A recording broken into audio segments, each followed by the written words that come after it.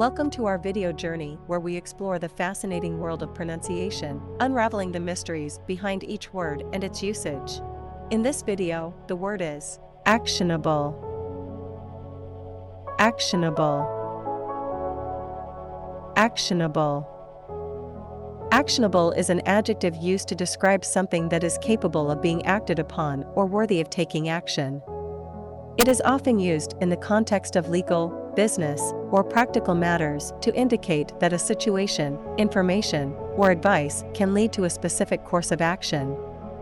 Here are some examples. Example number 1. The report presented a clear and actionable plan for improving workplace safety.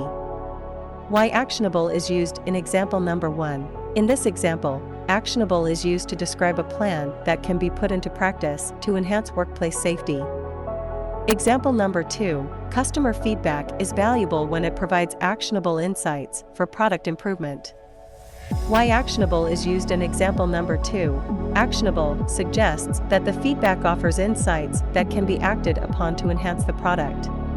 Stay tuned for more linguistic wonders and join us in unlocking the magic of language. Thanks for watching, and until next time, keep speaking, writing, and embracing the beauty of words.